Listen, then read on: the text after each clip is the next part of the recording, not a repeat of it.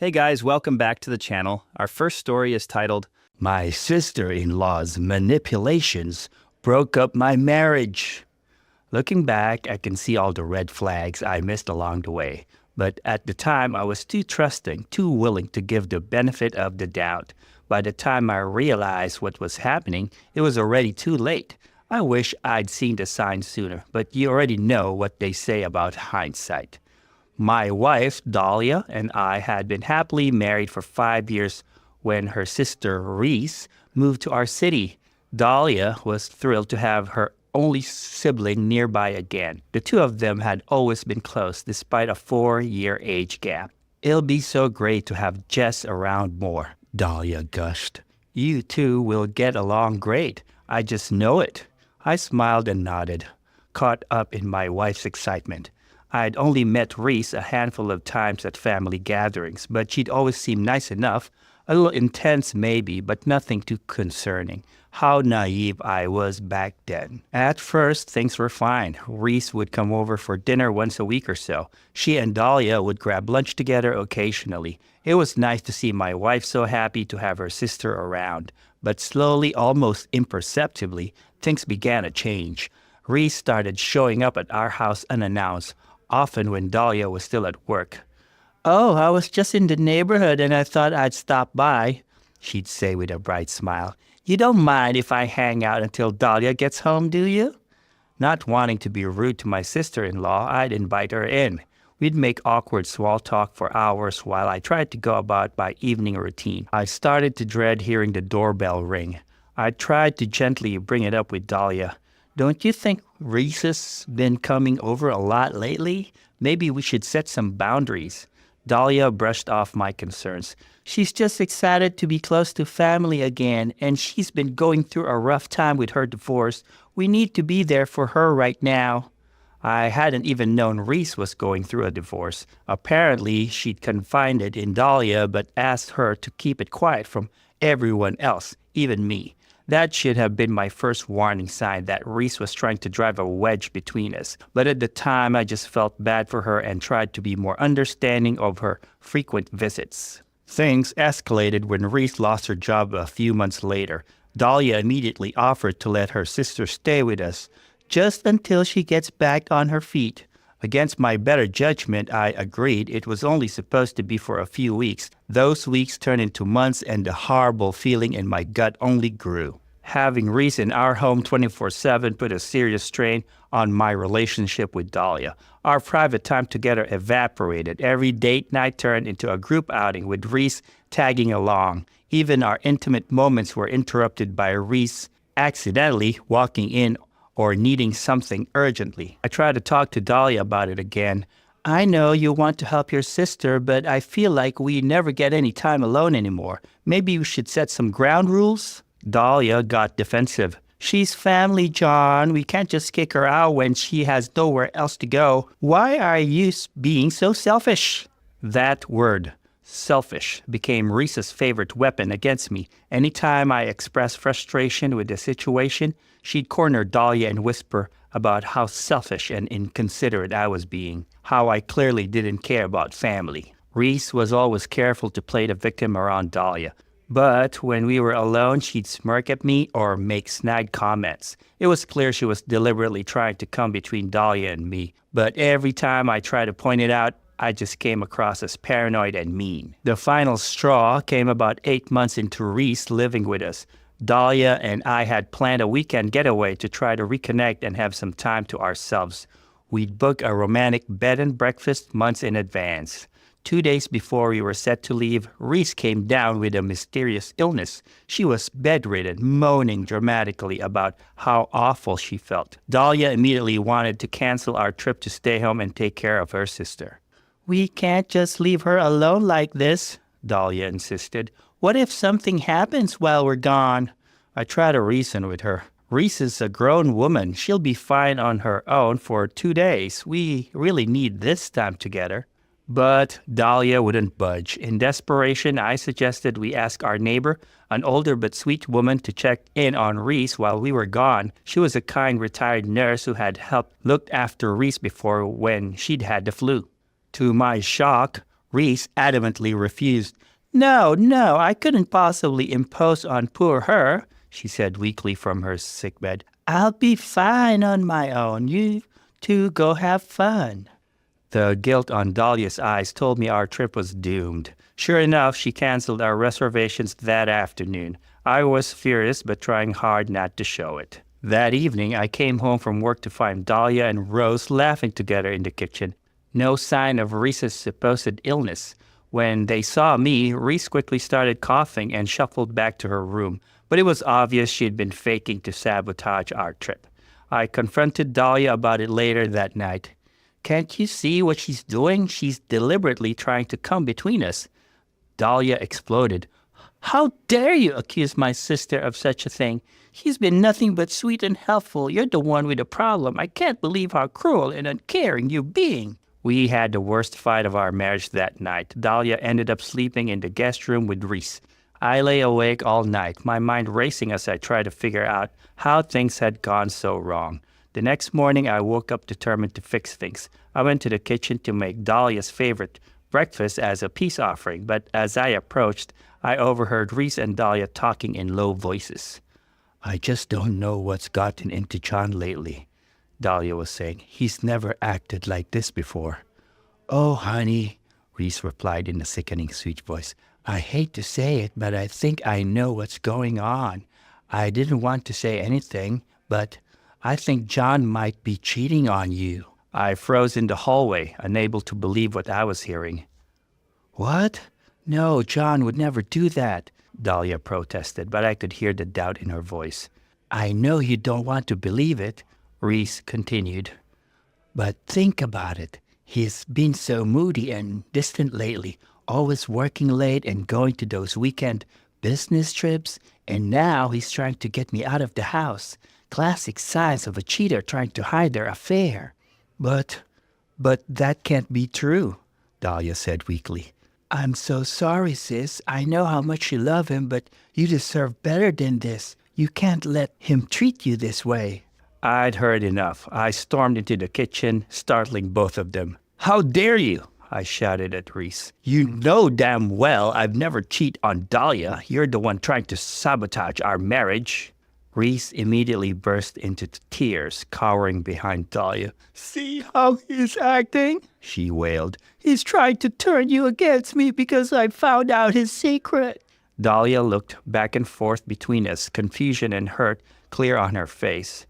John, what's going on? Why are you yelling at Reese like this? I tried to explain, to make Dahlia see how Reese had been manipulating both of us this whole time. But Reese kept up her performance, crying and painting me as the villain. In the end, Dahlia told me to leave and cool off. I just need some time to think about everything, Dahlia murmured, not meeting my eyes. I felt betrayal, hurt my chest. Please, just go for a little, I swear. It won't be forever. I grabbed my keys and stormed out, needing to clear my head. I ended up at a nearby park, sitting on a bench and trying to figure out how to salvage this mess. After a few hours, I headed home, hoping Dahlia had calmed down enough to really listen to me. But when I walked in the door, I was met with a shocking sight. All of my belongings had been piled in the living room. Dahlia was standing there with red-rimmed eyes, Reese hovering smugly behind her. I want you out, Dahlia said flatly. I can't believe you've been lying to me all this time. What? Dahlia, no. You've got it all wrong, I pleaded. I've never cheated on you. Reese made that up. But Dahlia wouldn't listen. Reese had spent the last few hours spinning a web of lies, twisting every little thing to make me look guilty. She'd even gone through my phone while I was out, deleting any messages that might prove my innocence. Just go, Dahlia said, turning away. I can't even look at you right now. Numb with shock, I gathered up my things and left. I checked into a nearby hotel, still reeling from how quickly everything had fallen apart. I spent the next few days frantically trying to contact Dahlia to make her see reason, but Reese had poisoned her mind against me completely. I hired a lawyer and tried to fight for our marriage during the divorce proceedings, but Dahlia wouldn't even reconsider reconciliation. Reese had convinced her that I was a serial cheater who had been lying to her for years. It was almost infuriating to watch and horrific to experience. All our time together of love and soft kisses pressed against each other's lips, and Dahlia had just given up on us, just like that, without hearing me out. "I'm sorry, John," my lawyer said gently after our final meeting. "But without concrete proof that your sister-in-law fabricated these accusations, there's not much more we can do. Sometimes these things just don't work out." I was devastated. In the span of a few months, I lost my wife, my home, and the future I thought we were building together, all because of Reese's lies and manipulations. The divorce was finalized 6 months later. I tried to move on with my life, but the pain and anger were always there beneath the surface. I threw myself into work, staying late at the office most nights because I couldn't stand going home to my empty apartment. About a year after the divorce, I ran into Dahlia's coworker at a coffee shop. We got to talking, and she hesitantly brought up my split with Dahlia. "I hope you don't mind me saying this," he said, "but I never believed those cheating rumors about you. You always seemed so devoted to Dahlia." My head snapped up. "You knew about those accusations?" She nodded. "Reese told everyone at Dahlia's office that you've been having multiple affairs. She even claimed to have proof, though she never actually showed anyone anything concrete." I felt sick. None of that was true. Reese made it all up to break us up. Her eyes widened. "Really? Oh, John, I'm so sorry. I had no idea." She paused, then added quietly, "You should know Dahlia's really struggling. Reese is still living with her, and she's become so controlling. Dahlia's not allowed to see any of her old friends anymore. She even had to quit her job because Reese said her coworkers were a bad influence." A chill ran down my spine. It seemed Reese had succeeded in isolating Dahlia completely, just like she'd always wanted. I thanked the coworker for the information and left in a daze. That night, I couldn't sleep. I kept thinking about Dahlia, trapped in that toxic situation with her manipulative sister. Even after everything that had happened, I still cared about her well-being. I knew I had to try to help somehow. The next day, I contacted my old lawyer. "Is there anything we can do?" I asked desperately. "Any way to prove Reese was lying and get Dahlia away from her?" My lawyer sighed. "It's a tricky situation. Without hard evidence of Reese's deception, we don't have much legal recourse. And if Dahlia isn't willing to listen to you, there's only so much we can do." But he agreed to look into it. Over the next few weeks, we gathered what evidence we could. Old text messages and emails showing the timeline of Reese's increasing presence in our lives, statements from neighbors about Reese's odd behavior, even a few reluctant testimonies from Dahlia's former coworkers about the rumors Reese had spread. It wasn't much, but it was a start. My lawyer helped me put together a comprehensive document laying out Reese's pattern of manipulation and lies. I sent copies to Dahlia's parents and a few of her closest friends, hoping they might be able to get through to her where I couldn't. For a long time, I heard nothing back. I tried not to get my hopes up, but it was hard not to obsess over whether Dahlia had seen the evidence, whether she finally believed me. Then about a month later, I got a text from an unknown number. "John, it's Dahlia. Can we meet?" My heart pounding, I agreed. We met at a quiet cafe across town. Dahlia looked terrible, dark circles under her eyes, her clothes hanging loosely on her too thin frame. But her eyes were clear and she looked at me. "I'm so sorry," she said, her voice breaking. "I should have believed you. I should have seen what Reese was doing." Apparently, Dahlia's parents had confronted her with the evidence I'd sent. At first, she refused to even look at it, but something made her change her mind. Once she started reading, it was like scales falling from her eyes. She finally saw all of Reese's manipulations for what they were. It was as clear as day when she started connecting the pieces, and she'd been horrified to discover the implications. "I kicked her out last week," Dahlia told me. "She tried to guilt me into letting her stay, but I stood firm. I feel like I'm waking up from a long nightmare. I reached out and squeezed her hand. I'm just glad you're okay. I was so worried about you. We talked for hours, clearing the air between us. There were a lot of painful truths to face on both sides, but in the end, I felt like a huge weight had been lifted. I know I have no right to ask this, Dahlia said hesitantly as we were prepared to leave. But do you think we could try again? To be friends at least? I paused, considering.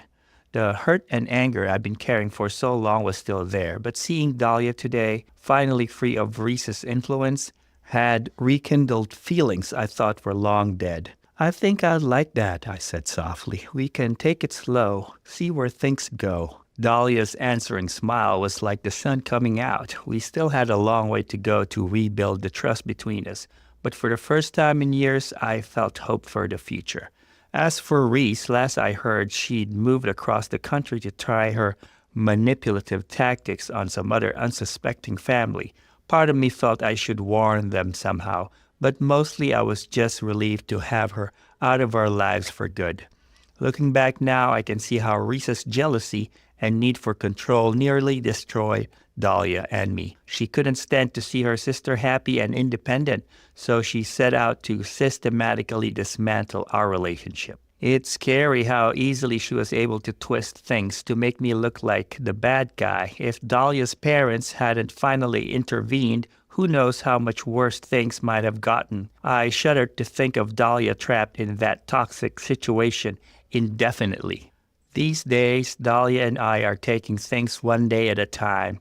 We're in couples counseling, working through the hurt and mistrust left in Reese's wake. It's not always easy, but we're both committed to rebuilding what we once had. I've learned a lot from this whole ordeal about the importance of communication in a relationship, about standing up for yourself even when it's hard, and about how even the people closest to you can sometimes have hidden agendas. Most of all, I've learned not to take love for granted. Dahlia and I came so close to losing each other forever because of Reese's lies. Now that we have a second chance, we're determined not to waste it. If there's one piece of advice I could give to others, it's this. Trust your instincts. If something feels off in your relationship, don't ignore those feelings. Have those difficult conversations even when it's uncomfortable. Set clear boundaries with family and friends and never let anyone come between you and the person you love. Dahlia and I still have a long road ahead of us. The scars left by Reese's manipulations won't fade overnight, but we're facing the future together stronger and wiser than before, and for now, that's enough. Here are my thoughts about this story. So let's break this down a bit, shall we? We got John and Dahlia, this seemingly happy couple, living their best life until Dahlia's sister Reese shows up and decides to play the role of the ultimate homewrecker. Now, I've dealt with some difficult in-laws in my time, but Reese, she takes the cake, frosting and all. What really got me was how subtle and sneaky Reese was at first. It's like watching a master manipulator at work. The way she slowly wormed her way into their lives bit by bit until suddenly she's living with them and calling all the shots. It's scary how someone can do that, makes you wonder if you got anyone like that in your own life. And poor John, man, I felt for the guy. He saw what was happening, tried to speak up, but got shut down at every turn. It's that classic situation where something's wrong, but everyone thinks you're the crazy one. Been there, done that, got the t-shirt. It's frustrating as hell. Now let's talk about Dahlia for a second. I'll be honest, at first, I was getting pretty annoyed with her. Like, come on, girl, open your eyes. Your husband is clearly suffering here. But then I had to step back and really think about it. Family ties run deep, And Reese was playing her like a fiddle, using all those emotional strings. It's easy for us on the outside to say what we do. But when you're in it, especially when the person manipulating you is your own sister, I think I, or my suspiciously busy husband, wouldn't call that an easy feat by any means. The part that really got me heated, though, was when Reese started spreading those cheating rumors. That's just low, man, like bottom of the barrel scummy. Destroying someone's reputation and relationship just because you're jealous? That's some serious psychological warfare right there. And then, boom, the divorce happens, and I'm sitting here like, no way, this can't be how it ends. I was ready to rage quit the story right there, but thankfully, it didn't end there. The whole bit with John running into his friend and finding out how bad things had gotten for Dahlia, that was a real turning point. I love that John, despite everything he'd been through, still cared enough to try and help Dahlia. That's some real character right there. Now, I gotta give a shout out to John's lawyer. That dude was the real one of this story, gathering all that evidence, putting together that document. Thank the heavens lawyers like this exist. But also, the reunion between John and Dahlia. Not gonna lie, I might have teared up a bit. It was like watching two people come out of a long, dark tunnel and see the light again. And Dahlia owning up to her mistakes, that takes guts, folks. What I really appreciate about this story is that it doesn't wrap everything up in a neat little bow. John and Dahlia didn't just kiss and make up and live happily ever after. They've got a long road ahead of them, dealing with trust issues and all that baggage Reese left behind. But they're willing to put in the work, and that's what matters. And now, guys, we will move on to the second story of the video. Please like the video if you have enjoyed it so far. The story starts like this. My wife's jealous ex destroyed our relationship with manipulation. Even now, years later, it's hard to believe how quickly my life unraveled. But I guess that's what happens when you underestimate the lengths a jealous ex will go to destroy someone's happiness. My name is Alec. I've met my wife, Sally, at a mutual friend's barbecue 5 years ago. It was one of those instant connections. We talked for hours, laughing and sharing stories like we'd known each other for years. By the end of the night, I knew I wanted to see her again. We started dating soon after, and things moved quickly. Sally was everything I'd ever wanted in a partner. Smart, funny, kind, and drop-dead gorgeous to boot. Within a year, we were engaged, and 6 months later, we tied the knot in a small ceremony surrounded by our closest friends and family. Life was good. We both had successful careers, a nice house in the suburbs, and talking about starting a family.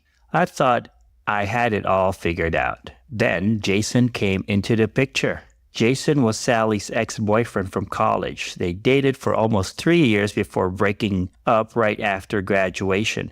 From what Sally told me, it had been a messy split.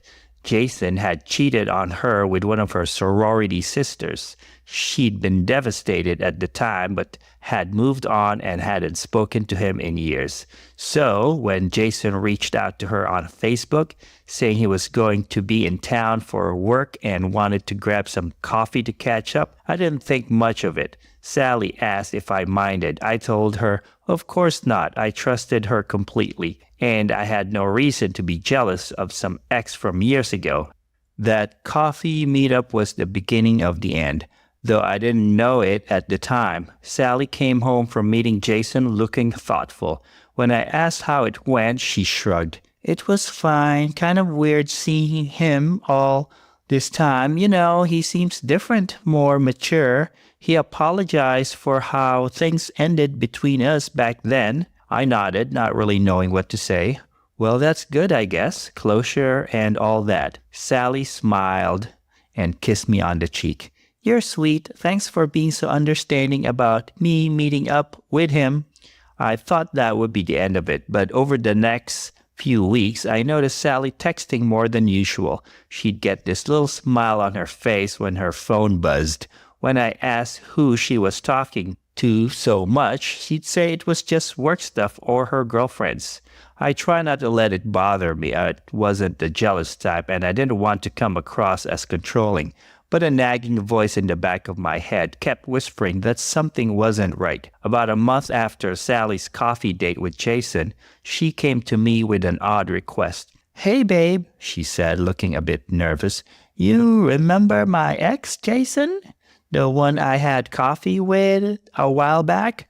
I nodded, feeling a knot form in my stomach. Well, he's in a bit of a tough spot. His company is relocating him here permanently, but the apartment he was supposed to move into fell through at the last minute. He asked if he could crash in our guest room for a couple of weeks while he finds a new place. Would you be okay with that? I blinked, surprised. Oh, I don't know, Sam. That seems kind of weird. I mean, he's your ex, and we don't really know him. Sally's face fell.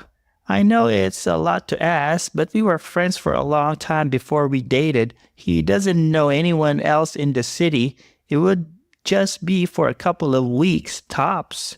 I wanted to say no. Everything in me was screaming that this was a bad idea, but I also didn't want to come across as insecure and unreasonable. So, against my better judgment, I agreed. Okay, I said. If it's just for a couple of weeks, I guess it's fine. Sally beamed and threw her arms around me. Thank you. You're the best. I promise it won't be weird. But of course it was weird. Very weird. Jason moved in 2 days later. He seemed nice enough at first. Polite, grateful for our hospitality. But there was something about him that set me on edge. The way he looked at Sally when he thought I wasn't paying attention. How he always seemed to find reasons to be in whatever room she was in. I tried to shake it off as paranoia, but as the days went by, my unease grew. Jason and Sally fell into an easy rapport, laughing at inside jokes from their college days and reminiscing about old times. I often felt like a third wheel in my own house when I tried to join the conversation. Jason would just give me this look, like I was intruding on something private between him and Sally. About a week into Jason's stay, I came home early from work one day to find him and Sally sitting close together on the couch, looking at something on her phone. They jumped apart when I walked in, both looking guilty. Hey, you're home early, Sally said, her voice a little too bright. Yeah, slow day at the office, I replied, eyeing them suspiciously. What are you two up to? Oh, nothing, Jason said smoothly. Just showing Sam some old photos I found from college. Walked down memory lane and all that. I nodded, not believing him for a second, but what could I say? I had no proof they were doing anything wrong. That night I tried to talk to Sally about my concerns. Don't you think Jason's overstayed his welcome a bit? I asked as we got ready for bed. It's been over a week now. Shouldn't he be looking for his own place? Sally frowned. He is looking. It's just taking longer than he expected to find something in his price range. Why, is it bothering you having him here? I sighed. Kind of, yeah. I don't like it, the way he looks at you sometimes, and I feel like you two are always whispering and laughing about things I'm not a part of. Sally's expression hardened. Are you accusing me of something, Alec? No, of course not, I backpedaled. I trust you completely. It's just I don't trust him, and the whole situation makes me uncomfortable. Sally's face softened. She came over and wrapped her arms around me. I'm sorry you feel that way. I promise there's nothing going on. Jason and I are just old friends catching up. But if it really bothers you that much, I'll talk to him about finding somewhere else to stay. I felt relief wash over me. Thank you. I appreciate that. But the next day when I got home from work, Jason was still there, and the day after that, and the day after that. Every time I brought it up to Sally, she'd have some excuse. Jason was having trouble finding a place in his budget. The apartment he wanted wouldn't be ready for another week. He was waiting to hear back about his relocation package from work. I felt like I was going crazy. Was I overreacting? Was I just being paranoid and jealous? But the more time passed, the more certain I became that something wasn't right. Then about 3 weeks into Jason's stay, I had to go out of town for a work conference. I'd be gone for 4 days. The thought of leaving Sally alone with Jason for that long made me sick to my stomach, but I didn't have a choice. The night before I left, I pulled Sally aside. Are you sure you'll be okay here with Jason while I'm gone? I asked, trying to keep the worry out of my voice. Sally rolled her eyes. Of course, Alec. We've been over this. Jason is just a friend. You have nothing to worry about. I nodded, not convinced. Okay, well, call me if you need anything. I love you. Love you too, she replied, giving me a quick peck on the lips. The conference was a blur. I couldn't focus on any of the presentations or networking events. My mind was back home, imagining all sorts of scenarios between Sally and Jason. I called Sally every night, but our conversations felt stilted and awkward. She always seemed distracted. I could hear Jason's voice in the background more than once. By the time I got home, I was a bundle of nerves. I half expected to walk in and find Sally and Jason in bed together. But when I opened the door, everything looked normal. Sally was in the kitchen making dinner. Jason was nowhere to be seen. Hey, babe, Sally said, coming over to give me a hug. How was the conference? Fine, I said, looking around. Where's Jason? Oh, he finally found an apartment, Sally replied. He moved out yesterday. I felt a wave of relief wash over me. Really? That's great. Sally nodded. Yeah, it all came together pretty quickly. He said to tell you thanks for letting him stay here. Something about her tone seemed off, but I was too happy to have Jason out of our house to dwell on it. For a few days, things seemed to go back to normal. Sally and I fell back into our usual routines, but there was a tension between us that hadn't been there before. Little things started to bother me, the way Sally was always on her phone, how she seemed distracted during our conversations. About a week after I got back from my trip, I woke up in the middle of the night to find Sally's side of the bed empty. I heard her voice coming from the living room, speaking in hushed tones. I crept down the hallway, my heart pounding. As I got closer, I could make out what she was saying.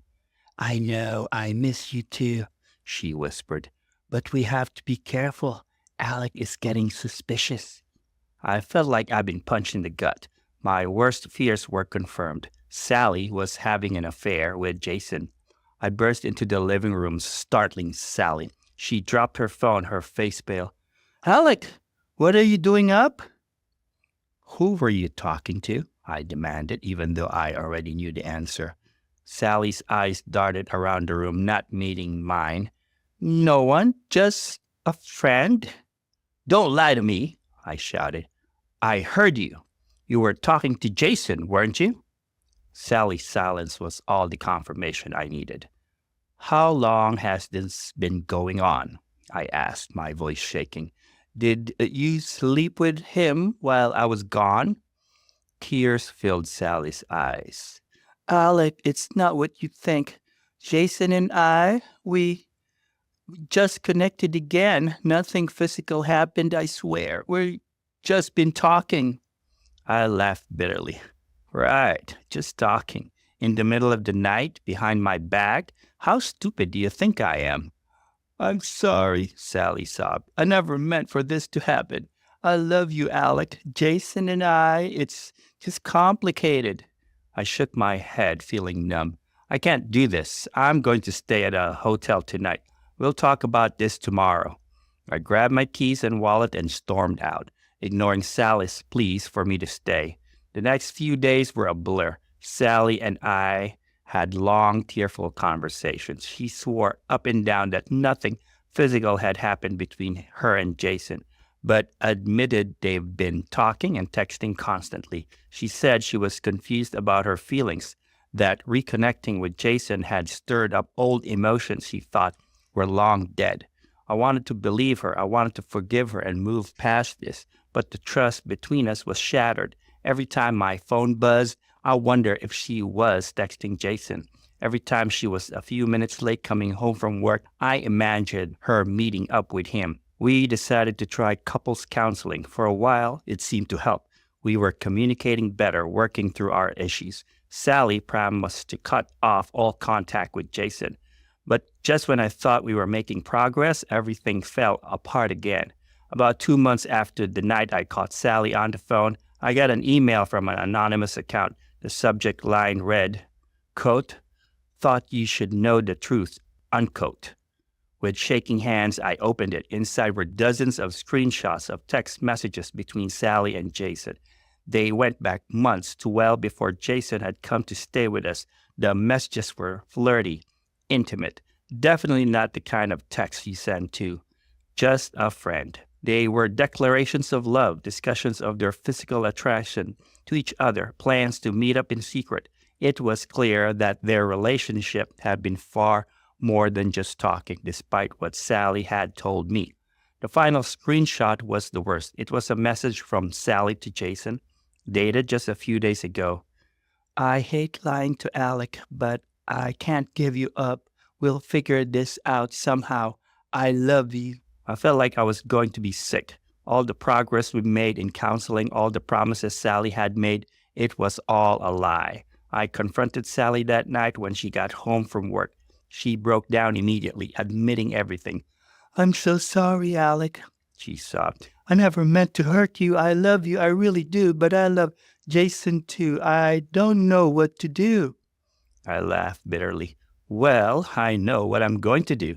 I'm leaving. We're done. Sally begged me to reconsider, to give her another chance.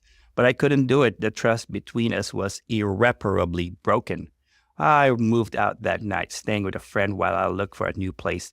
The next few months were the hardest of my life. Divorce proceedings are never easy, but this was especially brutal. Sally fought me on everything, the house, our savings, even custody of our dog. It came out during the proceedings that Jason had orchestrated the whole thing. He pursued Sally deliberately, playing on their history and lingering feelings for him.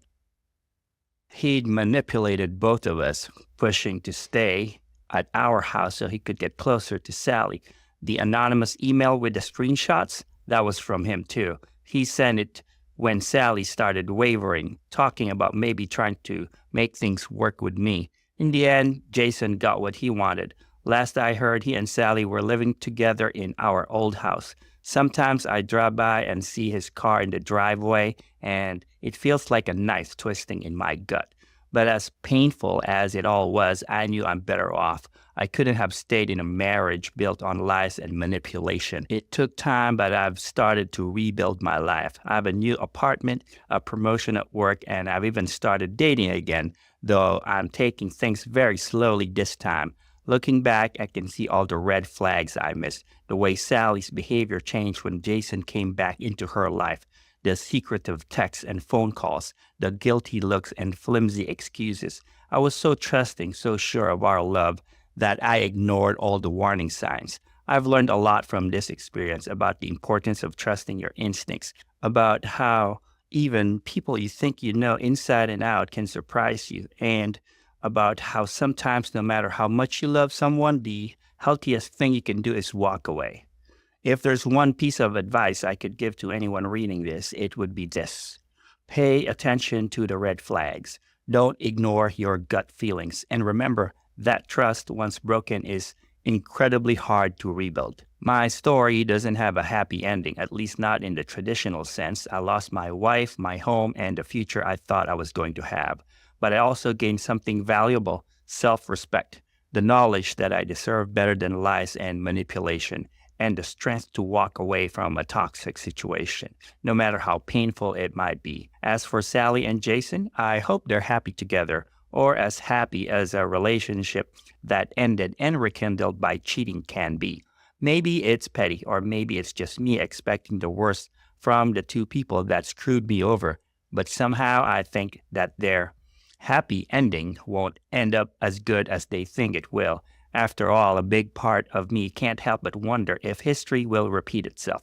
Typically, relationships that start with cheating rarely end well, but that's not my problem anymore. I'm focusing on myself now, on healing, on growing, on becoming the best version of myself I can be. And someday when I'm ready, I hope to find someone who values honesty and loyalty as much as I do. Because at the end of the day, that's what it all comes down to. Trust, honesty, respect. Without those things, even the strongest love in the world doesn't stand a chance. So here I am, starting over at 35. It's not where I thought I'd be at this point in my life, but in a way, I'm grateful for the experience. It's taught me so much about myself. about what I want and need in a relationship. And it's made me stronger than I ever thought possible. To anyone out there going through something similar, hang in there. It gets better. The pain doesn't go away completely, but it does fade. And on the other side of all this hurt and betrayal, there's a chance for something new, something better. That's what I'm holding on to. That's what gets me through the tough days. I hope that someday all of this will just be a distant memory and that the best is yet to come. Here are my thoughts about this story. Let me just say, Alec, my dude, I feel for you. Like, seriously, my heart goes out to you, man. The way you described that slow build of suspicion and unease, it was like watching a car crash in slow motion. You know, something's bad's gonna happen, but you can't look away. And Sally, girl, what were you thinking? I mean, I get it.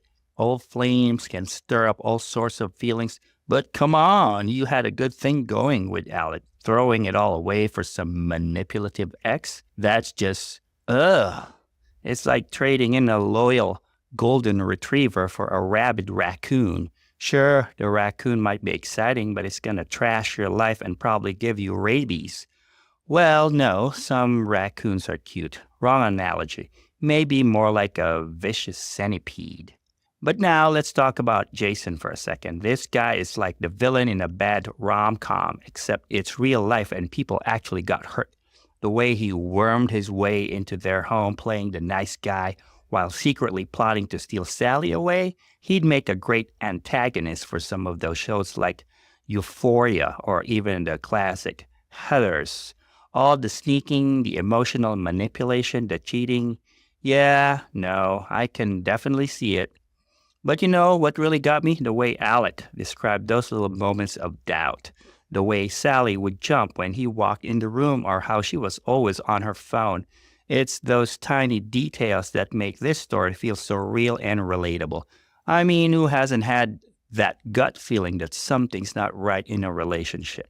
And then that anonymous email with all the screenshots, oh man, that's like a punch to the gut. I was sitting here reading that part like, no way. It's like one of those moments in a movie where everything goes quiet and the camera zooms in on the main character's face as their world falls apart.